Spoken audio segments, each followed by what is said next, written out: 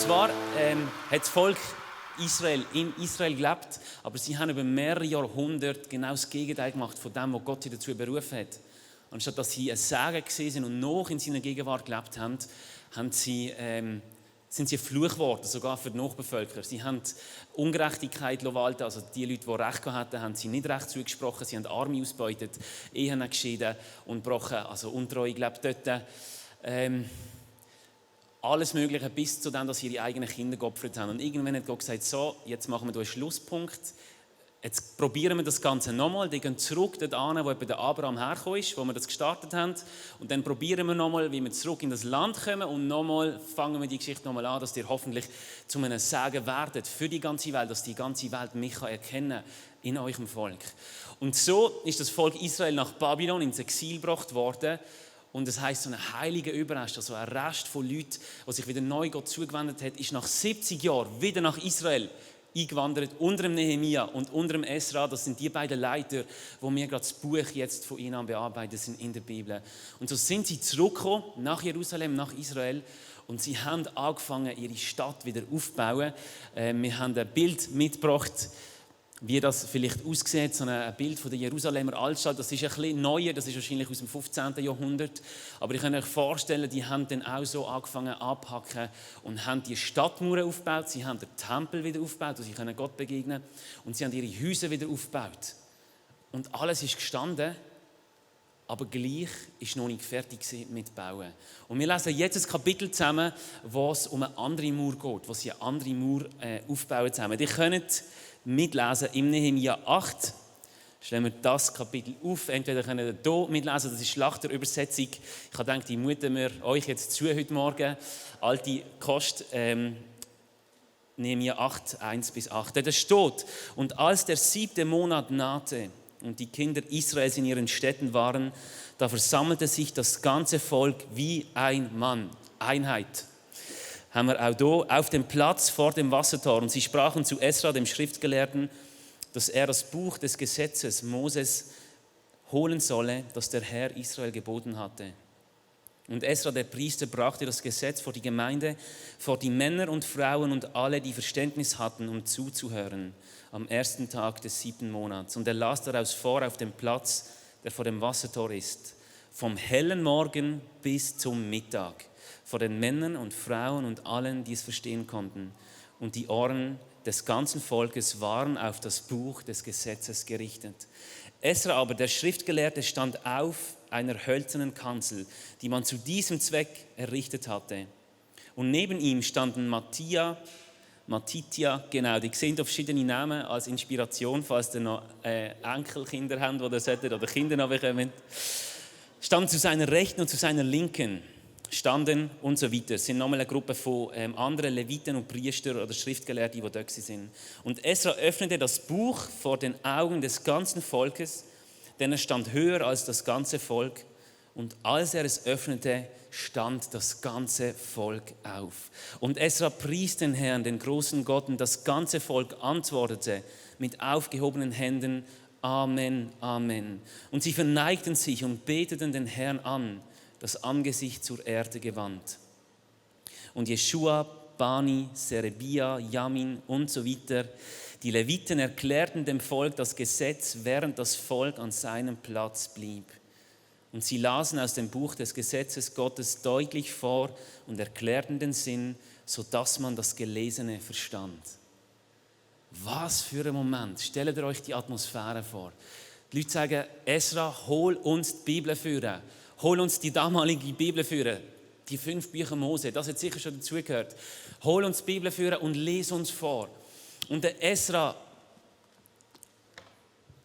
er holt die Bibel und er geht auf so eine Holzkanzel auf und er schlägt sie auf und alle stehen auf. Und kein Wort ist gesprochen. Die Leute haben gecheckt, hey, das, was wir jetzt hören, das ist Wort Gottes. Das ist das, was uns leiten muss. Das ist das, was uns zu einem Segen machen für die Nationen. Eben das Gegenteil von dem, was gerade war. In den letzten, die haben noch gewusst, die sind gerade aus dem Exil zurückgekommen. Sie sind weit weg von dem, was Gott sie eigentlich wollte. Und sie haben gewusst, hey, jetzt redet Gott. Und es war eine Ehrfurchthaltung. Und dann haben sie angefangen, Gott zu loben, noch bevor überhaupt der Text gelesen worden ist. und haben sich verneigt und ihren Kopf am Boden gedrückt, weil sie gewusst haben, hey, wir brauchen Gott, wir sehnen uns nach ihm und wir müssen sein Wort hören, dass er uns leitet und wir so wieder erfüllt sein von seiner Wahrheit. Das ist so ein mega krasser Moment, das ist so ein erwecklicher Moment in der Bibel. Wir haben in der Stadt Basel auch schon Erweckungen gehabt. Ich war hier noch am Sternenputzen gewesen, aber vielleicht haben das gewisse von euch erlebt. In den 1980er Jahren hat Dani Lipp schon erzählt, wie die Kirchen der Stadt teilweise gefüllt sind. Diverse Kirchen sind gefüllt und die Leute sind dort angeströmt, zum Gott begegnen, zum ihn suchen, zum sein Wort hören, zum Wunder erleben. Und so einen ähnlichen Moment haben wir hier, das ganze Volk versammelt und sie warten darauf, dass die Bibel gelesen wird. Und das ist etwas von dem, was Erweckungen auszeichnet. Dass die Bibel aufgeschlagen wird und gelesen wird. Du kannst in der Geschichte schauen, wenn es Erweckungen gegeben hat, in der Kirchengeschichte, wo viele Leute zum Glauben gekommen sind und es war ein Aufbruch gewesen. Die haben mehrere Sachen gemeinsam, gewisse auch nicht, aber mehrere Sachen gemeinsam, wie zum Beispiel ein Hunger nach Gottes Gegenwart. Das ist etwas, ein Hunger und ein Glaube, dass er heute noch wirkt. Und etwas Zweites, was sicher so ein Indiz ist, dass die Leute sagen, wir wollen hören, was er zu sagen hat und wir schlagen die Bibel auf und wir unterordnen uns dem, was er zu sagen hat. Es war so eine Haltung gewesen. Es hat in der Weltgeschichte auch andere Haltungen gegeben, wo die Leute mir gesagt haben, ja, wir nehmen schon die Bibel, aber wir sagen dann selber, was wir aus dem rausnehmen. Wir stehen über der Bibel und wir suchen dann aus. Es haben auch gewisse Leute so ein bisschen ausgeschnitten, was ihnen passt. Und dort, wo Erweckung passiert, ist eigentlich immer das, dass die Leute sagen, wir glauben, dass die ganze Bibel von Gott inspiriert ist und auch uns etwas zu sagen hat. Gottes Wort steht über uns. Wenn wir etwas noch nicht verstehen, dann kann es uns sein Geist noch zeigen. Aber es ist nicht so, dass die Bibel falsch ist, sondern wir müssen wissen, was Gott uns mit dem will sagen. Es ist sein Wort. Das ist etwas, was Erweckungen auszeichnet. So auch hier im Nehemia. Mega eindrücklich. Und der Ralf hat die Folie schon mal gebracht, ihr habt das vielleicht gesehen, mit dem inneren und dem äußeren Aufbau der Mauer. Und ich sage, das ist das. Sie haben die äußere Mauer aufgebaut, die Stadtmauer, der Tempel, ihre Häuser, aber die innere Mauer ist noch nicht gestanden. Und das ist die Innenmauer, die sie jetzt am Aufbauen sind. Wo sie sagen, die Innenmauer ist sogar noch wichtiger, dass unser Herz wieder ausgerichtet ist auf Gott, auf seine Wahrheit. Das ist die innere Mauer und die ist noch wichtiger als die äußere. Und darum haben sie sich so dem gewidmet. Das ist im Nehemia-Buch, kann man das so ein bisschen, die ersten Kapitel gehen um den Aufbau von der äußeren Mauer und dann der Teil, den wir heute anschauen, der geht um den Aufbau von der inneren Mauer. Nadia und ich sind im Sommer vor etwa 2 oder 3 Jahren sind wir Häuser anschauen. Ein paar von euch haben vielleicht mitbekommen, wir sind auf der Suche nach einer Liegenschaft für ein Wohnprojekt, das wir jetzt gefunden haben und am Starten sind. Gestern hat der erste junge Mann seine Möbel gebracht, der einzieht bei uns. Das ist auch eine Geschichte, die Gott geschrieben hat und Leute aus der Kirche mitgemacht haben.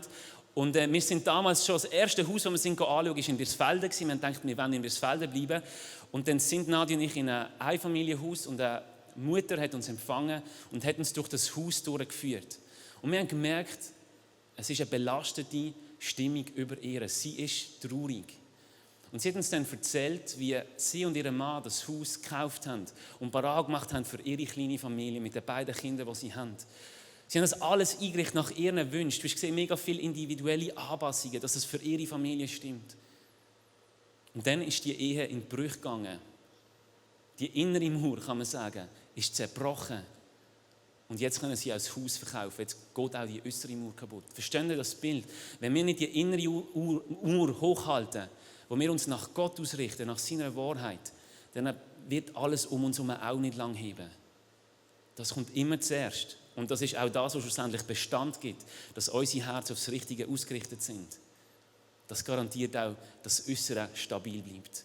Und das Volk hat sich dem gewidmet und dem Zeit gegeben. Und jetzt gibt es Leute, ich habe vorhin gesagt, ich glaube, die ganze Bibel ist von Gottes Geist inspiriert und da für uns. Und ich weiss, auch in unserer Gesellschaft, dass es oft schwierig ist, einen Zugang hat zu der Bibel. Und dass auch gewisse Leute, gerade in der jungen Generation, ich bin Jugendpastor noch, haben wir mehr junge Leute, die sagen, ja, ich höre einfach gerne Worship, aber Bibel lesen, das mache ich eigentlich nicht so. Ich habe nicht so einen Zugang zu der Bibel. Ich höre einfach ein bisschen Worship und dann ist gut. Und ich habe am Freitag oben schon gesagt, Leute, das kannst du über eine kleine Zeit vielleicht machen, aber ich glaube nicht, dass du langfristig mit Gott unterwegs bleibst, wenn du dich nicht regelmäßig aus seinem Wort ernährst, selber, und hörst, was er zu sagen hat. Ich glaube, das ist zentral. Nebst dem, dass wir hier zusammenkommen als Gemeinschaft und Gott miteinander arbeiten, dass jeder von uns auch selber lernt, sich aus Gottes Wort zu ernähren und auszurichten und sein Herz, die innere Mauer wieder aufbauen. Weil in meinem Leben, ich weiß nicht, wie es euch geht, aber in meinem Leben gibt es immer wieder Angriffe auch gegen die innere Mauer. Und immer wieder muss ich da zurückkommen und hören, was sagt Gott? Ah ja, du kommst an die erste Stelle. Ich laufe nicht zuerst um Geld hinterher. Ah ja, du hast gesagt, Ehe soll in Ehre gehalten werden. Ich will treu probieren leben meiner Frau gegenüber. Und so weiter. Also ich habe genug Gelegenheiten in meinem Alltag, wenn ich das anders könnte machen. Und ich brauche das definitiv mega fest, immer wieder zurückzukommen, um die innere Mauer oben zu behalten. Weil die geht je nachdem recht schnell durchab, wenn wir nicht wach sind und sagen, doch Herr, du kommst zuerst. Und Jesus, viele von unseren jungen Leuten sagen auch, doch, Jesus ist ein Vorbild und darum habe ich gedacht, wir suchen ihn aus und seinen Umgang mit der Bibel. Das ist uns manchmal gar nicht so bewusst, aber Jesus ist als jüdischer Bub aufgewachsen. Der hat sehr wahrscheinlich grosse Teile, wenn nicht das ganze Alte Testament, auswendig gelernt. Das machen jüdische Buben heute immer noch. Es gibt so Contests in Israel, wo sie sich so schauen, wer kann es am besten auswendig und so. Jesus hat wahrscheinlich grosse Teile der Bibel auswendig gelernt. Er hat mit 12 mit den Schriftgelehrten schon diskutiert und hat gesagt, hey, wie heisst denn, was steht über den Vater im Himmel? Und die Ausgangslage war wieder die Schrift. Wenn wir schauen, wir haben am 20. Jahr haben wir gesagt, wie wir uns ausrichten, was für die nächsten Jahre wichtig ist. Und wir haben ein Zitat gebracht aus dem Lukas 4, wo Jesus den Dienst antritt. Das ist so wie das erste Mal, wo er in der Synagoge aufsteht und sagt, jetzt lege ich los. Was macht er?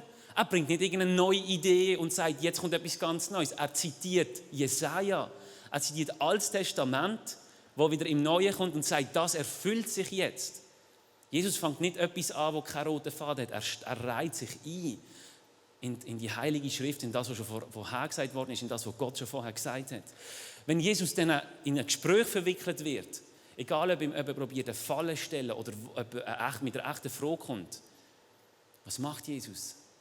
Er sagt fast jedes Mal, ja, was heißt es denn in der Schrift? Mega oft spielt er den Ball zurück und sagt, ja, was heißt denn? Weil die meisten Juden haben die Bibel kennt. Ja, was heißt denn? Du weißt ja selber auch, was heißt in der Schrift. Immer wieder geht er zurück zu dem, was er macht, ist Gottes Herz neu auslegen, aber anhand von der Schrift. Nicht mit neuen Sachen, grundsätzlich, sondern er nimmt das Alte Testament und tut neues Gottes Herz hervorholen hinter diesen Text, wo teilweise die Leute auch vielleicht falsch verstanden haben oder was für uns eine Herausforderung ist. Wo Jesus vom Satan versucht wird. Und er sagt, hey, verneig dich von mir und ich gebe dir die ganze Welt. Was sagt Jesus? Er sagt, nein, weil in der Schrift heißt, du sollst allein den Herr, deinen Gott, anbeten. Wieder, wenn er in Versuchung ist, kommt er und sagt, nein, weil die Schrift sagt. Und sogar das krasseste Beispiel für mich, wo Jesus am Kreuz hängt. Ich habe mal gelesen in einem Kommentar, dass es heißt, man weiß, weil die Römer haben so viele Leute gekreuzigt, teilweise ganze Dörfer, dass viele Menschen an dem Kreuz gehangen sind und nur noch geschumpfen und geflucht haben. Und das war bitter, weil das ist einer der übelsten Tode, die du erleiden kannst. Und die sind teilweise, also sind langsam verreckt, muss man leider so sagen. Und viele von denen haben nur noch geflucht. Und was macht Jesus? Unter anderem zitiert er einen Psalm. Du merkst, wie tief das in seinem Herz war. Die Bibel, Gottes Wort, das hat gelebt in ihm. Das ist nicht einfach etwas, was er ab und zu gelesen und auf die Seite gelegt hat, sondern er hat sich aus dem ernährt und seinen Dienst auf dem verstanden. Und die Art, wie er lebt, und sogar am Kreuz hat er sich mit Wort aus der Bibel ausgedrückt, was tief in ihm vorgeht. So ist Jesus mit der Bibel unterwegs gewesen. Und darum bin ich überzeugt, wenn wir beständig mit Gott unterwegs sind, dann kommen wir nicht darum herum, regelmäßig sein Wort aufzuschlagen, seinen Geist zu bitten, uns zu zeigen, was er will sagen. Und dann wird die innere Mauer in uns wieder aufgerichtet und wir werden ausgerichtet auf die Wahrheit von Gott. Jesus sagt, Himmel und Erde werden vergehen, in Matthäus 24, 35, Himmel und Erde werden vergehen, aber meine Worte werden nicht vergehen. Und das sieht man, wenn man die Weltgeschichte anschaut. Die grössten Weltreiche sind gekommen, vieles ist gesagt worden, vieles hat man ausprobiert und das Zeug ist gekommen und gegangen. Und auch mit dem, was wir heute uns umschlagen, alles, was nicht von Gott kommt, das wird wieder vergehen. Aber das, was er sagt, das bleibt. Und ich glaube, manchmal ist so ein Kampf bei uns auch mit dem, wir müssen Gottes Wort kennen, weil es ist immer auch ein Zeitgeist herum. Ich möchte das erklären, dort anhand vom Zweiten Weltkrieg, das ist ein mega explizites und deutliches Beispiel, aber dort sind Christen eine lange Zeit lang mit dem Adolf Hitler mitgelaufen. Haben die deutschen Christen gegründet. Ich habe ein Bild noch mitgenommen, wo man das ein bisschen sehen sollte. Ich hoffe, wir haben es noch parat machen.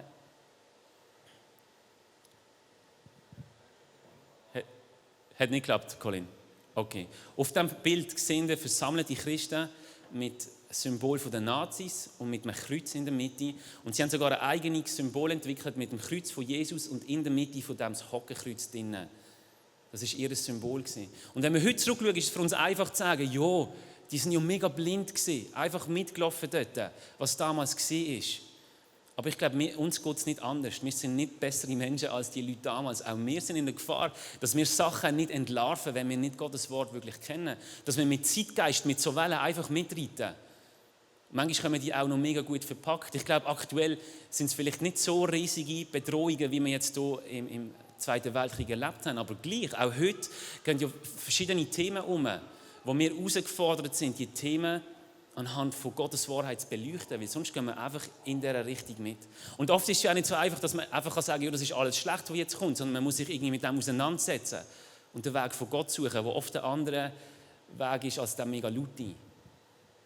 Und ich glaube, wenn wir sind herausgefordert als Christen, auch hier sein Wort sehr gut zu kennen, dass wir auch den Zeitgeist entlarven können und den Weg von Jesus finden können in allen möglichen Sachen. Und wir Schweizer dürfen sogar noch abstimmen. Auch hier können wir, glaube ich, ist für mich auch manchmal so, ja, was ist jetzt dein Weg? Und ganz ehrlich, oft finde ich es mega schwierig, weil ich auch nicht weiss, wo das alles anführt. Aber auch dort sagen, hey, wir bestimmen mit dort, wo wir sind, auch als Christen und suchen den Weg von Jesus. Ich glaube, etwas, was der Raffi angesprochen hat, oder? Ich kenne auch viele Leute und ich habe das Gefühl, das ist fast mehr aus der Generation von meinem Vater, wo jetzt mit Covid, mit der Pandemie, die fast nicht mehr zu Schlag kommen. Ich kenne Leute aus der Generation von meinen Eltern, die ständig so Videos umschicken und mega sich von dem fast auffressen, die eigentlich auch mit Jesus unterwegs sind. Und ich habe auch nicht eine ganz klare Meinung. Ich weiß auch nicht in allem, was Sache ist in dem. Das ist nicht der Punkt, aber ich weiß, was mich zuerst ausrichten sollte, ist das. Und nicht irgendwelche solche Videos sollten mich auffressen. Und dort müssen wir lernen, einen gesunden Umgang an, sagen, was ernährt mich zuerst, was richtet mich zuerst auf. Und wie viel Zeit widme ich den anderen Sachen? Ich kenne Leute, die bis in die Nacht wach bleiben und dann so Videos umschicken und verbreiten und sagen, ja, dort solltest du auch noch anschauen und so. Und ich denke manchmal, hey, ich glaube, schau dir zuerst mal deine Bibel wieder auf und schau, was Gott zu sagen hat. Ich habe das noch immer mega eindrücklich erlebt. Oder? Ich habe dann manchmal gedacht, ja, wenn ich jetzt einmal am Tag ein Kapitel Bibel lese, dann ist das schon super. Und dann bin ich mal 7 Monate im Zivildienst in Rallingen, das habe ich auch schon euch erzählt. Der Colin, der Multimedia macht, der geht nächsten Sommer auch. Und ich gehe nächsten Sommer auch wieder mit der Nadia und unserer Tochter gehen wir dort an. Da kann man auch Ferien machen, Auszeit nehmen, eine Schweigezeit. Dort kann man Zivildienst machen. Halleluja, ein Lob auf den Zivildienst. Und ich bin dort gesehen mit dieser Christustragen-Kommunität. Das ist eine Bruderschaft, die der reformierten Kirche angeschlossen ist. Und dort habe ich gemerkt, was es heisst, sich mehrmals täglich auf Gott wieder neu auszurichten, die Mauer innen aufzubauen. Die fangen am 6 Uhr am Morgen an mit einem Morgengebet. Ganz ehrlich, ich habe das noch nie von innen gesehen, weil das ist freiwillig gewesen, das ist mir. Aber das wäre die erste Möglichkeit, um dich mit der Bibel zu füllen. Ich habe immer gesagt, wenn ich so früh aufstand, dann brauche ich selber einen Moment mit der Bibel. Aber es hat auch nicht ganz immer geklappt. Aber dort, sie leben das so. Für die Brüder ist das verpflichtend. 6 Uhr am Morgen treffen sie sich, hören das Morgengebet.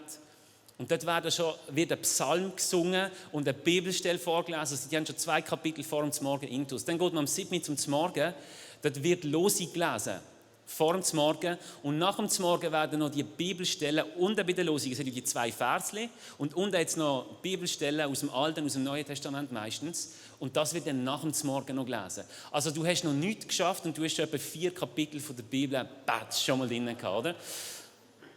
Am 9. dann ist man arbeiten, also man hat die Arbeit aufteilt, man ist arbeiten, beim 9. hat man sich wieder getroffen und dann ein Kapitel aus einem anderen Buch ist vorgelesen worden, einfach ein inspirierendes Buch, wo sie gerade dran sind und dann vor dem Mittagessen hat es wieder ein Mittagsgebet gegeben. Und man kommt und man versammelt sich und mir das so gut da, weil wenn du am Morgen am Arbeiten bist, deine Gedanken gehen schon in alle möglichen Richtungen und dann kommst du vor dem Mittagessen und man setzt sich in die Kapelle und man schweigt einen Moment, um zur Ruhe zu kommen und Gottes Wort Raum geben und dann heißt es, in der Mitte des Tages halten wir inne. Wir wollen unsere Herzen und Hände erheben zu Gott, der unseres Lebens Mitte ist. Und nach dem Gebet wird einfach immer eine Stelle aus der Bergpredigt vorgelesen. Jeden Monat hören sie die ganze Bergpredigt einmal. Und dann gibt es noch das Obengebet und es gibt noch das Nachtessen. Also die sehen. Und dort habe ich gemerkt, hey, so ein Lebensrhythmus, das hilft meinem Herz mega fest, sich immer wieder auszurichten, auf Gott und im Raum zu gehen. Die Brüder, viele davon, sind sehr fleissig und packen an und haben etwas mega Grossartiges gemacht aus dem, was ihnen anvertraut worden ist. Es ist nicht so, dass die einfach faul wären, aber sie wissen, sich nach Gott ausrichten kommt zuerst. Und dann gehen wir richtig arbeiten. Und da möchte ich mal auch das in die Runde werfen. Viele von euch sind voll berufstätig irgendwo dabei. Und ich frage mich, wo können wir in unserem Alltag und vielleicht auch dort, wo wir Verantwortung haben, mehr so einen Moment schaffen, wo wir die innere Mauer aufbauen, wo wir innehalten und uns besinnen, was machen wir eigentlich, wer sind wir, wohin gehen wir, was ist das, was uns am meisten ausmacht. Ich gebe dir das einfach mal mit, vielleicht redet der Heilige Geist noch weiter zu dir, wie du herausgefordert bist, das zu gestalten, wie du dort kannst irgendwann noch etwas reinbringen. Und das ist ja einer der grossen Gewinne der Reformation, dass jetzt jedem die Bibel erschließlich ist. Der Luther hat für das gekämpft, er hat die These an die Wand geschlagen und heute kann jeder von uns Gottes Wort lesen. Aber der Punkt ist, manchmal ist das ja so schwierig. Meine Güte, das sind uralte Texte, die reden, wir haben vorher die Namen gehört, oder irgendwelche Namen an irgendwelchen Ort, vielleicht bist du noch nie dort gewesen, weißt gar nicht, um was es geht. Wie können wir denn wirklich die Bibel lesen? Und für mich ist das auch eine mega Challenge gewesen, dort anzukommen, dass es so gewinnbringend wird. Ich kann das vergleichen wie mit meiner Geschichte mit Lernen schwimmen. Die wissen, die mich kennen, die wissen, ich liebe es schwimmen. Ich bin am Freitag gerade noch letztes Mal im Joggeli schwimmen, bevor das jetzt zumacht, ist leider die Saison hier außen vorbei. Das hat nicht so angefangen. Ihr müsst euch vorstellen, mit 5 haben meine Eltern gesagt, so Timon, du gehst jetzt in den Schwimmkurs. Und ich weiss das heute noch, ich weiss nicht mehr alles aus dieser Zeit, aber ich weiss noch den Moment und ich bin dann im Elternhaus die Stege raufgerannt, über den Spannteppich, da haben sie zum Glück rausgenommen, und bin hinter so einem alten, grossen Vorhang und habe mich dort versteckt und habe gehofft, es findet mich niemand. Meine Eltern haben mich trotzdem gefunden, haben mich hinter dem Vorhang vorgeholt und haben gefragt, was los ist, und ich habe brüllt und geschrien und gesagt, ich werde lieber sterben und Krebs haben, als in den Schwimmkurs gehen. Die 2 Sachen, Sterben und Krebs haben, das ist für mich absolut das Schlimmste gewesen, was ich mir vorstellen als 5-Jähriger. Ich hatte Angst vor dem Wasser, ich konnte mich in dem nicht bewegen, ich habe nicht gewusst, was ich mit dem anfangen soll. Ich hätte das am liebsten auf der Seite gelassen. Es war für mich frustrierend, aber meine Eltern waren beharrlich und so bin ich in den Schwimmkurs in Liestl. Dort habe ich gelernt zu schwimmen, vielleicht kennen gewisse von euch das Gitterli-Schwimmbad. Und dort oben, wo die Rutschbahn ist, im Kinderbereich, haben wir aufs Stegeli sitzen.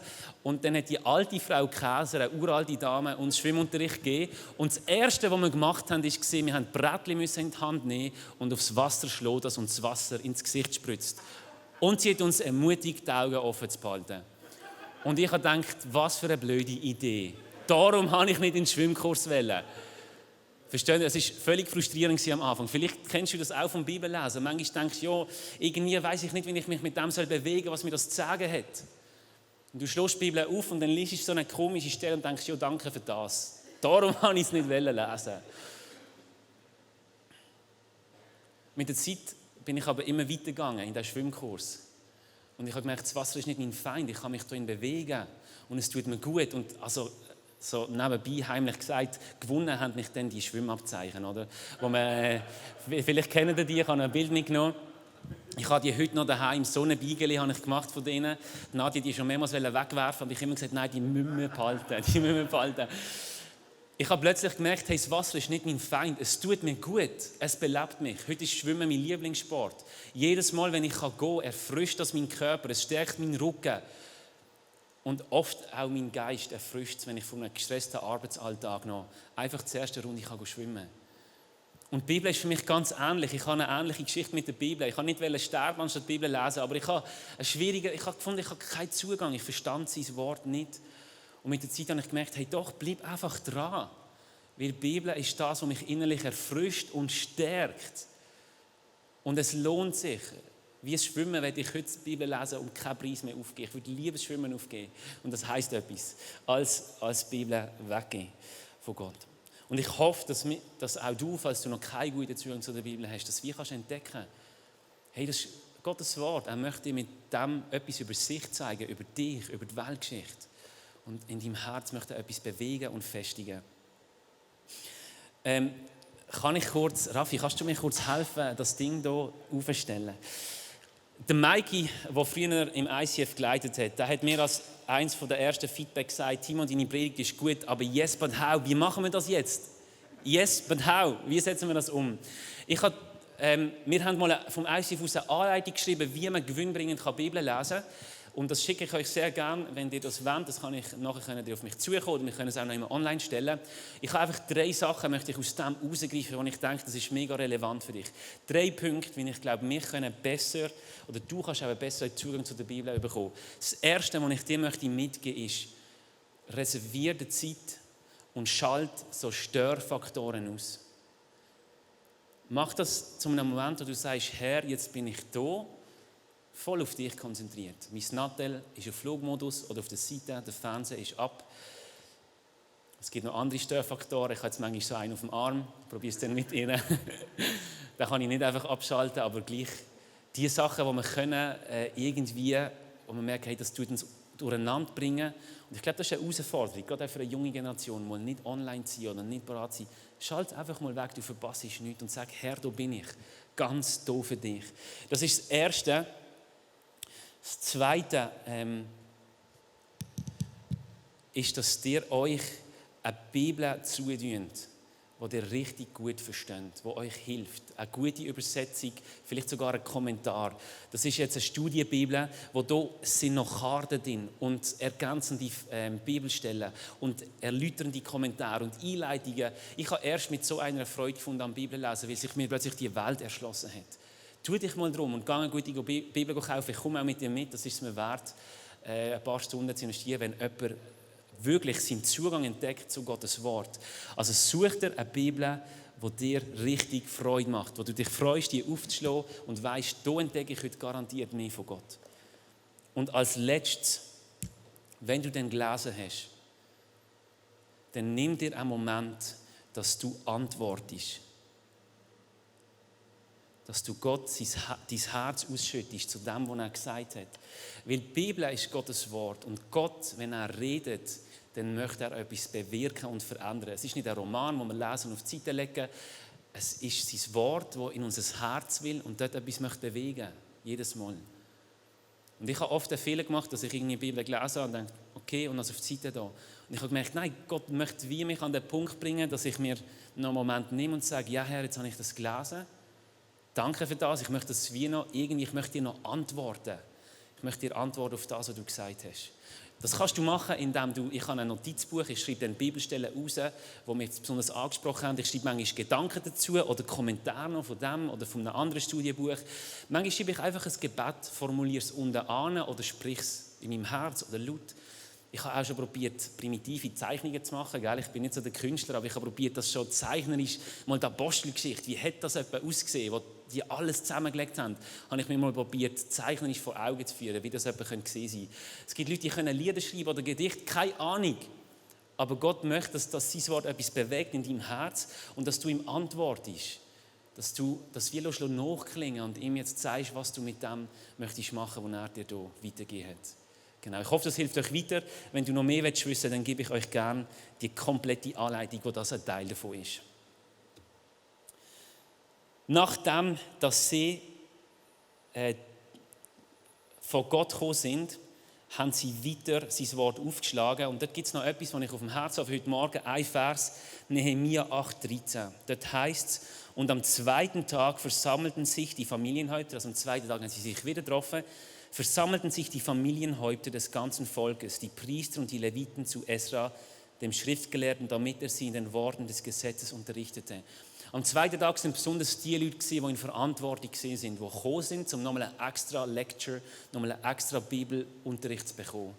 Und ich habe das vom Herz für heute Morgen, um zu sagen, hey, schau, gerade ihr habt irgendwo Einfluss und Verantwortung, sei das in eurer Familie oder im Geschäft oder sonst wo ihr seid.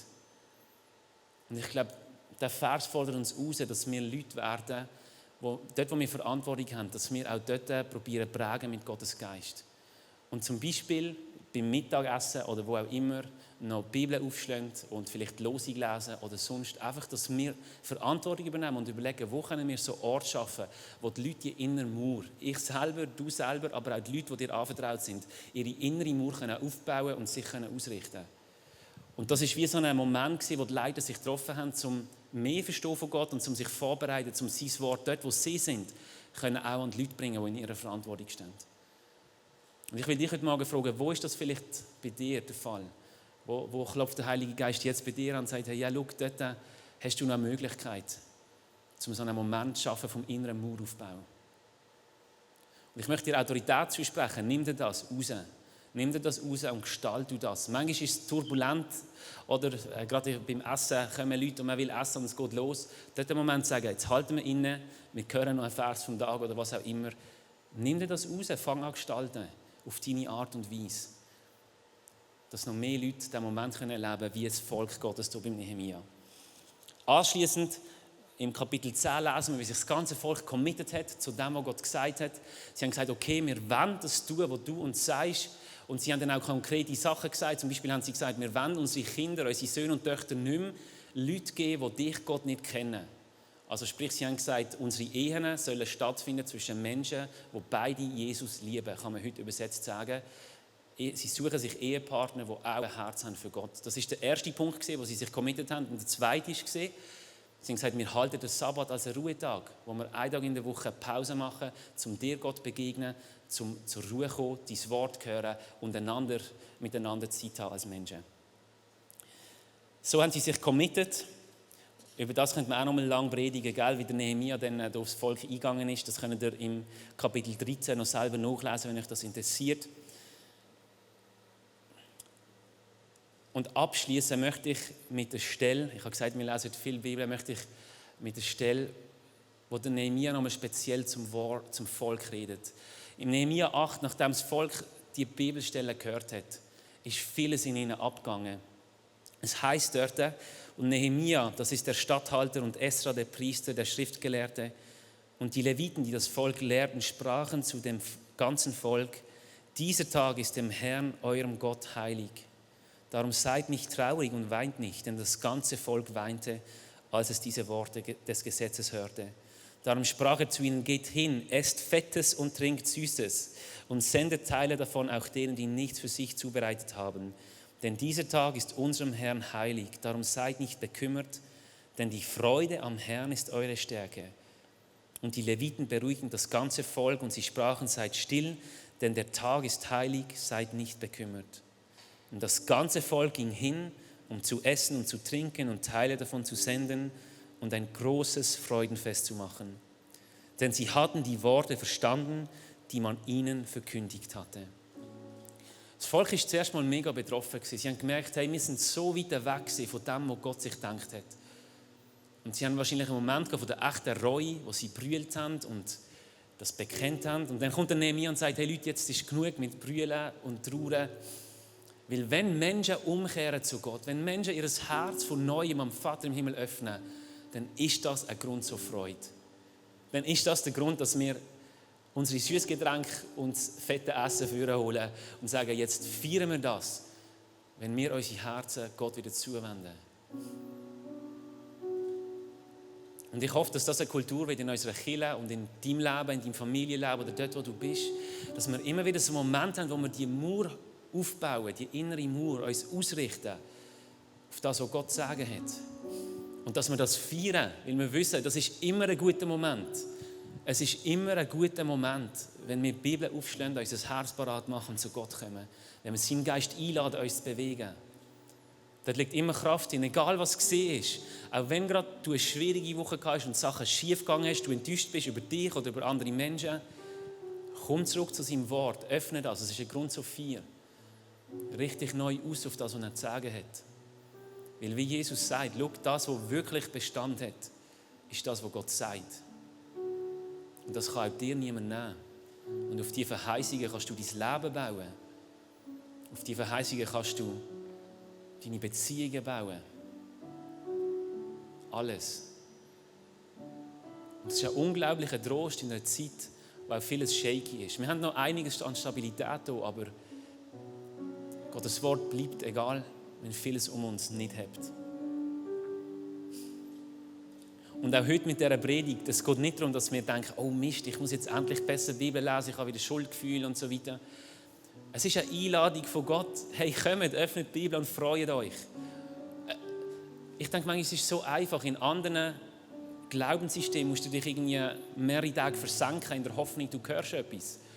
Und wir können einfach sagen, Herr, wir sind da, wir wollen etwas hören, wir wissen, du redest durch die Bibel und dein Geist zeigt uns, was du willst sagen. Es ist so einfach, jeden Tag können wir das machen. Und dann mit dieser Haltung 9 Tage gehen, wir können am Zeitgeist begegnen und unserem Nächsten mit der Liebe und der Wahrheit von Gott, die er uns gibt. Lasst uns doch zusammen beten zum Schluss von dieser Predigt und unser Herz nochmal so richtig Gott angeben mit dem, was er vielleicht jetzt zu dir geredet hat. Ja, lebendiger Gott, so kommen wir vor dich als deine Gemeinde. Und wir danken dir, dass du ein Gott bist, der redet. Dass du ein Gott bist, der uns leitet, ein Gott bist, der gegenwärtig ist. Das heisst, wenn wir dich suchen, dann finden wir dich. Wenn wir wissen, was du zu sagen hast, dann können wir das erfahren. Und Herr, ich bitte dich, dass du in unseren Kirchen und mit allen, die jetzt da sind oder die auch von daheim aus dabei sind, dass du in uns einen neuen Hunger wächst nach deinem Wort. Und vor allem möchte ich jeden, der jetzt da ist oder der zugeschaltet ist, segnen, dass dir mit dem Heiligen Geist erfüllt sind und dass dir einen Zugang haben, einen ganz eigenen Zugang zu seinem Wort nochmal neu entdecken, der euch Freude macht, wo ihr merkt, wie Gott durch sein Wort zu euch redet, dass ihr erleben, wenn er euch ein Leben ausrichtet und er die innere Mauer bei euch aufbaut, wie ihr jederzeit zu ihm gehen, Sachen abladen und eine neue Orientierung bekommen und seine Gedanken bekommen für das, was er euch zu sagen hat und was ihm wichtig ist. Heiliger Geist, danke, dass du mit uns bist und dass du der bist, der es liebt, uns zu zeigen, was dem Vater auf dem Herzen ist. Dass du der bist, der uns die Bibel auftun kann. Und so sollen wir eine Kirche und eine Generation sein, wo dort, wo wir Einfluss haben, das wollen wir prägen anhand von dem, was dir wichtig ist, Herr. Und wir wollen immer wieder innehalten und unsere innere Mauer aufbauen, weil wir wissen, wenn die innere Mauer nicht steht, dann wird auch das Aussen nicht lang heben. Zuerst kommt es, dass wir und unser Herz ausgerichtet sind auf dich, lebendiger Gott. Und anhand von dem, wenn wir in den Tag gehen, wenn wir Entscheidungen fällen, wenn wir Menschen begegnen.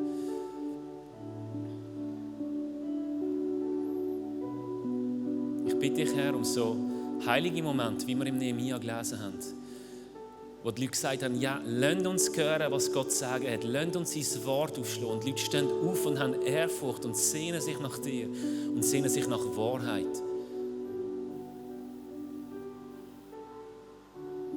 Komm du mit dieser Sehnsucht in unsere Herzen, Herr.